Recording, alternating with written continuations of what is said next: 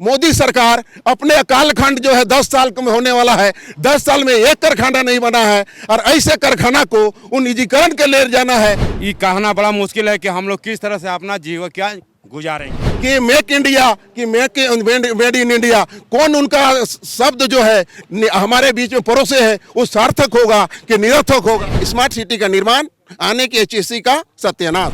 हाँ, पूरे उधारी है सर। 9 महीना से हम लोग को अभी तक वेतन नहीं मिला है, 10 फीस नहीं मिला है।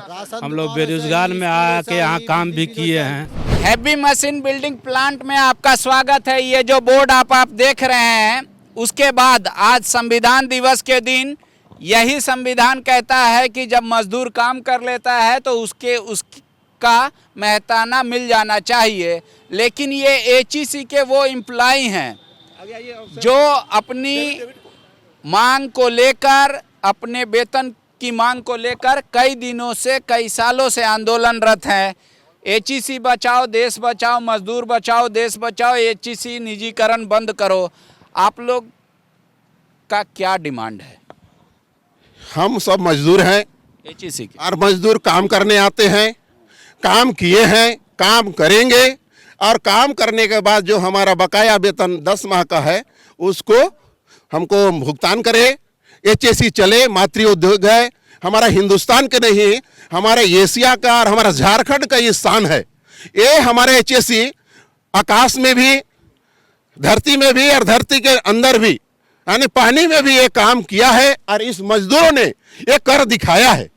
हमारा अंतरिक्ष यान में भी हमारा काम चल रहा है, रेल में भी चल रहा है और पानी जहाज में भी चल रहा है, कोयला में भी हमारा है और अन्य क्षेत्र में भी हमारे HEC ने अपना परचम लहराया है।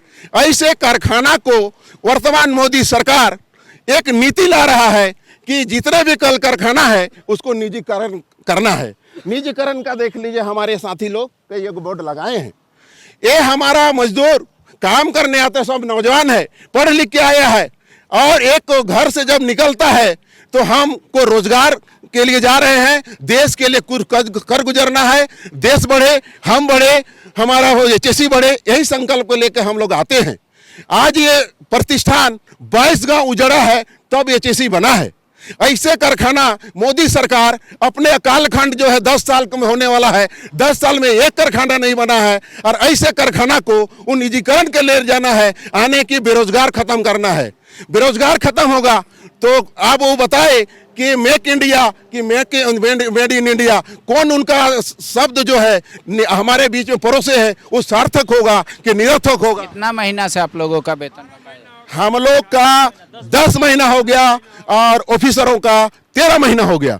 इतने बाद भी हमारे मजदूर संयम है और नियमित है और समय संयमित है और आज भी पूरा ऊर्जा के साथ आता है, एक धैर्य लेके आता है कि हमको काम करेंगे। लेकिन अंतिम में हरास होके आज हम मजदूर हमारे भीमराव अंबेडकर जी का बनाए हुए संविधान, जयपाल सिंह मुंडा जी का बनाया हुआ संविधान, हमारा डॉक्टर राजेंद्र बाबू अध्यक्ष थे उनके द्वारा बनाया हुआ संविधान आज हमारे देश में आज के दिन ही लागू हुआ था।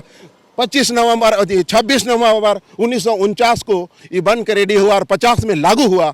आज ये गौरव का दिन है और हमारा संविधान में मजदूर कानून बना है और कानून बना है, उसके तहत हम लोग का तो कानून हो गया। वो सब जो बना हुआ है वो तो नियत पे है ना कि इम्प्लीमेंट करेगा कि नहीं।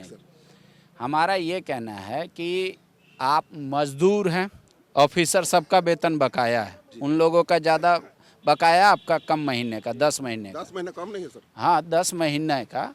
तो हम ये जानना चाह रहे हैं, वर्क ऑर्डर भी है, सब कुछ है, एक मजदूर क्या सोचता है, क्यों फैक्ट्री को बंद किया जा रहा है या बंद करने की साजिश रची जा रही है या फिर काम ही नहीं है कि अब HEC करे, क्या सच है? यहाँ कार्यशील पूंजी का अभाव है, कार्यादेश है और काम करने वाला मजदूर भी है। लेकिन हमारा मुखिया नेतृत्व करता जो मुखिया है वो हमको प्रभारी मूल्य मिलता है। मैं मांग करता हूं कि हमको गार्जियन, नियमित गार्जियन मिले, अस्थाई हमारा CMD हो। तो आप लोग का सबके माथे पे उधारी होगा पूरा? हाँ पूरे उधारी है सर। 9 महीना से हम लोग को अभी तक वेतन नहीं मिला है, 10 फीस नहीं मिला है। हम लोग बेरोजगार में आके यहाँ काम भी किए हैं और करते रहेंगे। तो आप लोग का राशन से लेकर अथी तक स्कूल फीस सब बंद है। हॉस्पिटल का इलाज जो है इलाज में नहीं हो पा रहा, कोई वहाँ पे डॉक्टर भी नहीं है सही, और उसका भी इलाज कराना है बाहर में। ओपीडी की सुविधा नहीं, इंश्योरेंस करा दिया है, इंश्योरेंस में हम लोग क्या करेंगे, जब एडमिट सीरियस कंडीशन रहेगा तब लेके जाएंगे। लेकिन फिलहाल तो हमको ओपीडी की भी जरूरत है, जिसको उसका सुविधा भी नहीं है, एक दवा तक नहीं मिलता, ये नहीं करके बाहर भेज देता और दौड़ते रहिए, आप लेते रहिए, जेब में पैसा नहीं है, अब बाहर में दिखाइएगा, क्या कीजिएगा परिवार को कि खिलाइएगा। अच्छा HEC का जब ये हाँ मैं HEC श्रमिक संघ का अध्यक्ष सनी सिंह हूं। मैं आज एक CMD साहब से बात पूछना चाहता हूं कि वो भेल के भी CMD हैं और HEC के भी CMD हैं। उनके रहते भेल आज तरक्की कर रहा है, और क्या कारण है कि HEC आज डूब रहा है? तो आया ही नहीं। तो उन्हीं से तो पूछना चाह रहे हैं हम लोग, इसीलिए तो बुला रहे हैं उन्हें, इसीलिए काम बंद है कि वो आए और ये चीज को बता दे केवल कि क्या कारण है, सरकार बंद कर रही है या खुद उनकी नाकामी की वजह से HEC आज डूब रहा है। बस यही वो जवाब दे दे। उनको तो प्रभारी के मतलब एक जिम्मा मिल गया था कि आप उसके साथ इसको भी देख लीजिए।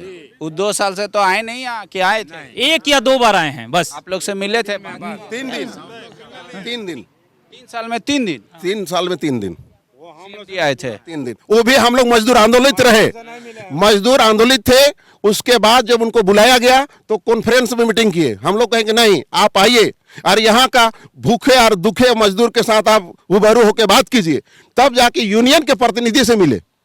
कोई मजदूर से नहीं आए। कोई ठोस आश्वासन दिए कि हम ऐसे HEC को आगे बढ़ाएंगे? क्या कि जब नहीं पहचानते भी नहीं है मजदूर के हमारे मुखिया है, CMD को जानते भी नहीं, पहचान भी नहीं पाएंगे कि CMD। एक चीज जान रहे कि भेल का भी वो CMD है ना, भेल तो अभी तरक्की कर रहा है, पूरा नवरत्न में टनाटन है। तो उनका इच्छा नहीं है, आपको लगता है यहाँ HEC आना कि अभी डूब रहा है, हम क्या देखेंगे, या फिर आपको लगता है कि कोई उनको रोक दे रहा है कि भैया तुम? यही हम जानना चाहते हैं कि ये सरकार की नीति है कि HEC को बंद कर दे, कि यहाँ के डायरेक्ट मैनेजमेंट का नाकामी है कि HEC डूब रहा है, यही अब हम जानना चाहते हैं। अच्छा, ये जो स्मार्ट सिटी के लिए जमीन दिया था HEC, जो पैसा आया उसके बाद आप लोग का कुछ भुगतान हुआ?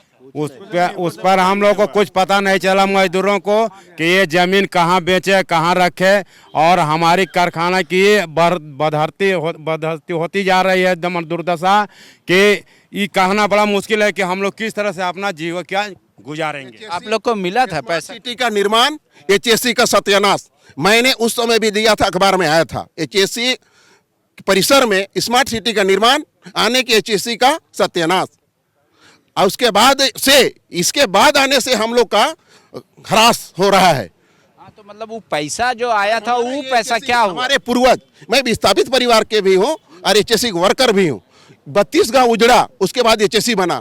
HEC मातृ कितना अभी जमीन है टोटल HEC के पास? जी, HEC के पास टोटल अभी कितना जमीन है? जमीन अभी को नहीं बता सकते। 32 गांव इसको राष्ट्रीय हित में समर्पण भाव में यहाँ के किसान दिए थे। 800 एकड़ था ना, उसमें कितना बिक है? वो बिक्री वाला का हम लोग का आंकड़ा नहीं है मेरे पास, लेकिन गांव है, 32 गांव है। नहीं, हम वो पैसा जानना चाह रहे थे कि बीच में 1,10,000 रुपये डिसमिल बेचा है, जबकि आपको रेल लाइन के उधर आपको लटमा जाइएगा, हटिया जाइएगा, पुंदाक जाइएगा, डिबडी जाइएगा, आगे जाइएगा तो 5 लाख 3 लाख से एबव है। और यहाँ का जो सर्वसुलभ सुबह जहाँ सेक्रेटरिएट है, विधानसभा है, वहाँ का जमीन 1,10,000 में बेचता है। आप सोच सकते हैं कि कहाँ अनेक राष्ट्रीय हित, राष्ट्र संपत्ति कैसे हमारा लुटा रहा है। और हम किसान परिवार, जो विस्थापित परिवार, ये कारखाना के लिए दिया था, ना कि स्मार्ट सिटी बनाने के लिए, विधानसभा बनाने के लिए। इन मजदूरों की भी समस्या वही है जो HEC इंजीनियरों की है। उनका 13 महीना से अधिक बकाया है, इनका 10 महीना से अधिक का पैसा बकाया है। इनके मन में एक संशय और भय ये है कि सरकार जानबूझकर इस कंपनी को निजीकरण करना चाहती है, लिहाजा इसलिए ये पूरा षड्यंत्र रचा जा रहा है। ये लोग सिर्फ अभी चाह रहे कि एक परमानेंट CMD आ जाए, जिनकी अपनी सोच हो, और सरकार इसको पुनर्जीवित करने का प्रयास करे। कह रहे कि हमने यहाँ की ज़मीन दी, जब 32 गांव को यहाँ लिया गया, ज़मीन अधिग्रहण किया, उनके भी विस्थापित यहाँ वर्कर हैं। आज फिर से उनके पास ना तो ज़मीन रही और ना ही नौकरी रही। कह रहे भूखे पेट है, सब उधारी है। सोचिएगा कि ऐसा कौन सा पॉलिसी है जो बना नहीं सकता लेकिन बनते हुए चीज़ को बिगाड़ जरूर सकता है। यही शायद गवर्नमेंट की पॉलिसी होती है। शुक्रिया। एचईसी को चलाना होगा। विवेकानंद विद्या मंदिर स्कूल एक CBSE affiliated English medium coed school है। हम शिक्षा के साथ संस्कार देते हैं। thefollowup.in. Like, share and subscribe. www.thefollowup.in